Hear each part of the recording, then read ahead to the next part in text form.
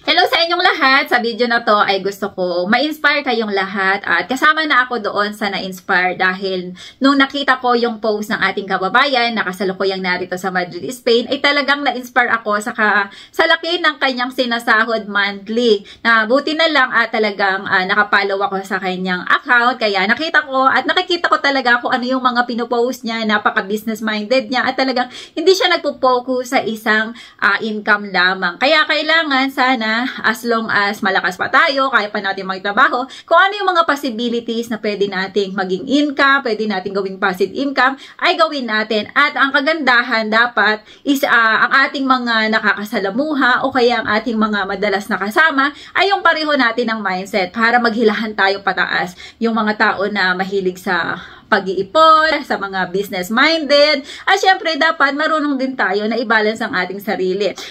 Dapat marunong din tayong i-reward ang ating sarili sa mga paghihirap na ginawa natin sa loob ng isang buwan.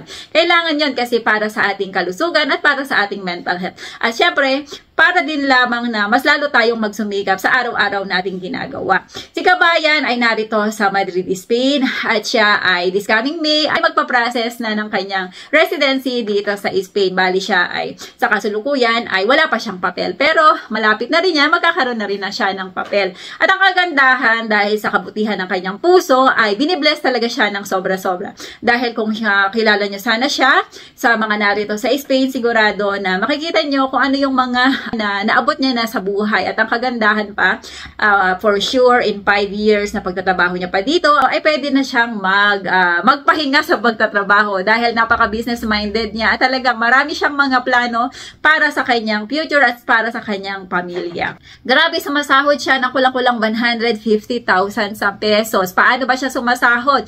Iisa-isahin natin. Bali, si Kabayan ay narito sa Madrid, Spain at ang kanyang trabaho ay stay out, yung tinatawag na externa. Meron siyang full-time na trabaho at ang oras ng pasok niya dito ay alas 8 ng umaga hanggang alas 3 ng hapon. Iba talaga kapag nagsisimula ang trabaho ng maaga kasi maaga kang matatapos. Ito ay 7 hours lamang at ang kanyang sahod, grabe, napakalaki. Imagine niyo 1,381 ang sahod niya dito sa amo na to in 7 hours lamang. At ang kagandahan dito, 14 pagas pa siya. Ano bang ibig sabihin nun? Ang ibig sabihin nun, 14 times siyang makakatanggap ng 1,381. Sa mga hindi pa nakakalam, yung dalawa na 1,381 ay matatanggap niya tuwing July at December. Kaya, ibang-iba talaga kapag 14 pagas ang offer sa'yo ng employer mo. Napakabait ng kanyang employer at napakaganda ng sahod na ibinibigay sa kanya ng kanyang mga employer. At ang kagandahan dito, nakahanap pa siya ng part-time dahil nga sa alas 3 pa lang ng hapon ay tapos na sa kanyang trabaho at ang kagandahan ay nahanap niya yung part-time niya sa tulong ng kanyang kaibigan dahil yung kanyang mga part-time ay ibinigay or inirefer ng amo ng kanyang kaibigan at meron siyang trabaho ng Monday hanggang Saturday after ng kanyang full-time. At ang kagandahan pa sa mga part-time niya na ito, walang specific na time. Kung anong oras siya possible na makakarating doon sa kanyang part-time ay walang problema. Kaya ang ginagawa ni Kabayan after ng trabaho niya, diretso na siya sa metro or sa sakayan ng tren para pumunta doon sa kanyang mga part-time. At ito ang mga schedule ng kanyang part-time. Every Monday, meron siyang nililinisan na 3 oras at ang bayad sa kanya ay 45 euro. Ibig sabihin, 15 euro per hour niya. At kapag Martes naman, ay meron din siyang 3 oras. Ito naman ay 45 euro din sa loob ng 3 oras. At kapag Wednesday, 2 oras lang ang kanyang schedule. At ang bayad sa kanya ay 40 euro. O imaginein mo, 40 euro, 2 oras, ibig sabihin 20 euro per hour. Diba? Bonggang-bongga. Tapos kapag Thursday, 3 oras ulit ang kanyang trabaho, 45 euro din. At kapag Friday naman, ay nag-overtime siya minsan sa kanyang employer kapag meron siyang hindi natapos. At yung bayad sa kanyang pag-overtime kapag Friday na yan ay 100 euro in 1 month. At kapag Saturday, meron din siyang nililinisan na 3 oras. Ito ay 45 euro din in 3 hours. So, diba, bonggang-bongga. Alam nyo, yung kinikita niya na to sa kanyang extra na to ay inaabot ng 980 euro. O, diba, parang sahod mo na to sa nagpapasahod ng below minimum. Ito yung mga sinasahod. Ang kagandahan pa dito, yung kanyang employer, may ino-offer pa sa kanya na kung pwede ay maglinis siya sa pag-aari ng kanyang employer na Airbnb. O, diba, additional na na extra income na naman ng ating kabayan. Magkano na ang sasahurin niya kapag nagsimula na siya magtrabaho sa Airbnb ng kanyang employer. At ang kagandahan pa dito, dahil sa maaga siyang nagsisimula sa kanyang trabaho at alas 3 pa lang ng hapon ay tapos na siya doon sa kanyang full-time at dumidiretso na siya kaagad doon sa kanyang mga part-time, kaya maaga siyang natatapos sa kanyang trabaho. Imagine, alas 8 pa lang ng gabi, ando na siya sa kanyang tinitirhan. Samantalang kaming mga nagtatrabaho as stay-in, natatapos kami alas 9 o kaya 9:30. Yun nga lang, hindi kami ganoon kapagod dahil nga sa hindi mo naman kailangan bilisan yung trabaho dahil napakahaba ng oras. Unlike kasi kapag stay out ang trabaho mo, kailangan talaga medyo mabilis yung kilos mo kasi per hour ang bayad sa'yo. Ang kagandahan din dito kapag may mga extra ka dahil cash yung pagbabayad sa kanya,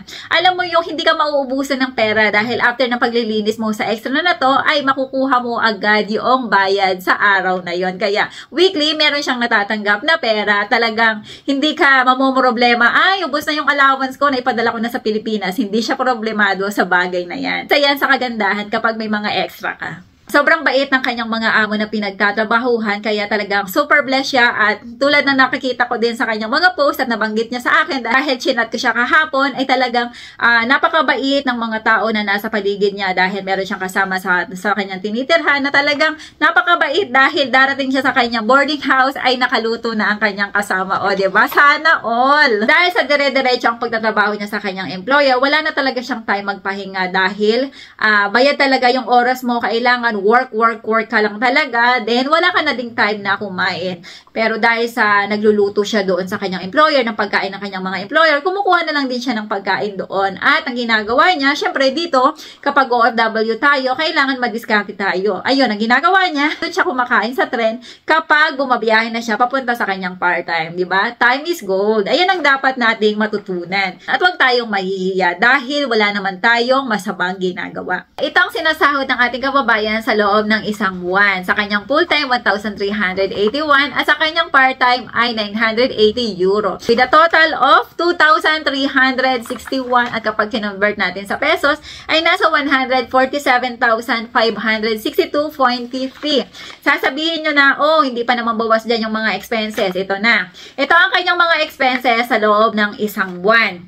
Ang boarding house niya, siya ay nagbabayad ng as a room kasi depende yan. Ang mga boarding house kasi dito pwedeng bed space, pwedeng room. At ang bayad niya sa boarding house niya ay 150 with bills na yon. O, ibig sabihin, lahat na yung kasama na lahat. Wala ka nang iisipin na kuryente, tubig, whatever. 150 ang kanyang monthly sa bahay. At ang kanyang internet ay 20 euro. And ang transportation niya ay 32 euro. Ito yung unlimited na. Kaya medyo mababa dahil naka-promo pa ngayon dito sa Espanya. After ng June ay babalik na sa normal price. Then meron siyang private insurance, 70 euro. Dahil 70 euro depende sa bracket na kinuha, kung anong insurance meron yan. At depende rin kasi yan sa age. Ang mga insurance kasi dito ay nakabase din sa edad. Then, ang kanyang food allowance sa loob ng isang buwan ay 100 euro. Nasa sa inyo naman yan, pwedeng mas mababa, pwedeng mas malaki. Depende kung paano nyo ibabudget yung inyong allowance. Then, kapag ibinaynos natin doon sa 2,361, yung 372 euro na expenses niya, ay meron siyang 1,989 euro. O grabe, napakalaki. At kapag i-convert nyo to sa peso, nasa 124,312.50 in pesos. Grabe, nasa 124. Napakalaking pera. At kung sasabihin nyo, syempre, may iba pang expenses yan. O, example na lang natin, yung 1,989, i-minus pa natin yung 189 na minsan kakain siya sa restaurant, minsan bibili siya na kung ano-ano mga gamit na gusto niya.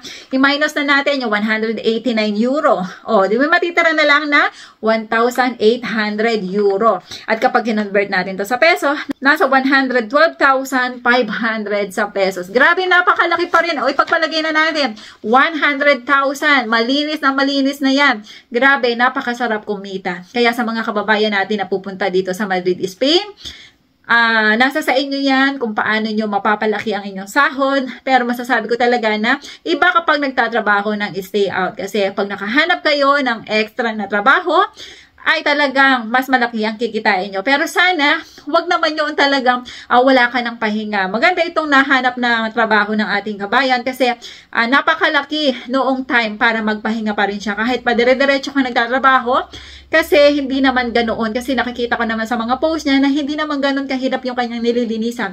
Minsan nga ay nakikita ko sa kanyang post na talagang pinabagalan niya na yung paglilinis. Pero talagang maaga pa rin siyang natatapos. Kaya depende na lang din talaga sa kapag kayo ay sinwerte. Kasi naniniwala din naman ako na may kanya-kanya tayong kapalaran, may kanya-kanya tayong swerte. At nawa, ay isa din kayo sa swertehin once na kayo ay pupunta dito sa Madrid, Spain. Sana ay na-inspire ko kayo sa video ito. Maraming salamat sa panonood.